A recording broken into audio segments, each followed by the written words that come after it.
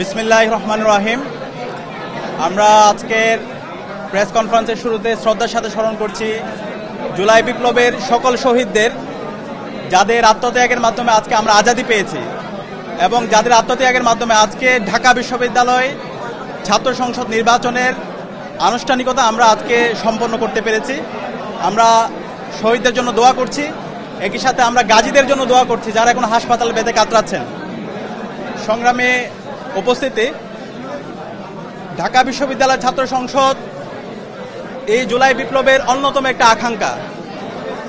আমরা গত এক বছর ধরে বিশ্ববিদ্যালয় ক্যাম্পাসে আমাদের যতগুলো দাবি দেওয়া উত্থাপন করেছি, সেই জায়গায় আমাদের প্রথম দাবি ছিল ছাত্র সংসদ নির্বাচন দিয়ে দেওয়া। তো ইতিমধ্যে ছাত্র সংসদ নির্বাচনের আনুষ্ঠানিকতা শুরু হয়েছে এবং আমরা প্রত্যাশা রাখি এই ছাত্র সংসদ নির্বাচনের মাধ্যমে আগামীর বাংলাদেশের নেতৃত্ব তৈরি হবে এবং সেই নেতৃত্বে যারা বিজয় হবে আমরা তাদেরকে ওয়েলকাম জানাবো।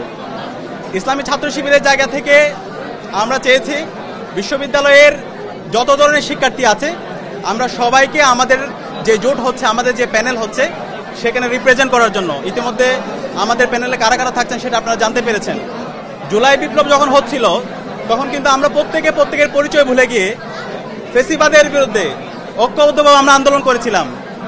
সেই জুলাই বিপ্লবের যে রিফ্লেকশন সেটা আমাদের প্যানেলের মধ্যে আমরা নিয়ে আসার চেষ্টা করেছি।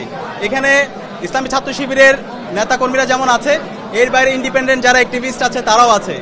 এর পাশাপাশি আমাদের যে হচ্ছে চাকমা সম্প্রদায়ের আমাদের ভাইরা আছে, এর পাশাপাশি আমাদের বোনরা আছে। তো আমরা চেয়েছি একটা ইনক্লুসিভ প্যানেল।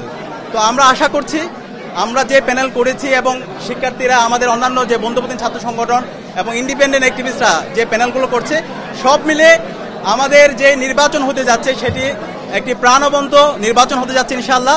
এবং শিক্ষার্থীদের যে আকাঙ্ক্ষা, জুলাইয়ের যে আকাঙ্ক্ষা, সেই আকাঙ্ক্ষার আলোকে আমরা আমাদের ইস্তেহারগুলো খুব দ্রুত সময়ের মধ্যে আপনাদের সামনে পেশ করব এবং আমরা আশা করছি এই ছাত্র সংসদ নির্বাচনের মাধ্যমে জুলাইয়ের শহীদদের যে আকাঙ্ক্ষা, সে আকাঙ্ক্ষায় আমরা আগামীর বাংলাদেশে বিনির্মাণ করব।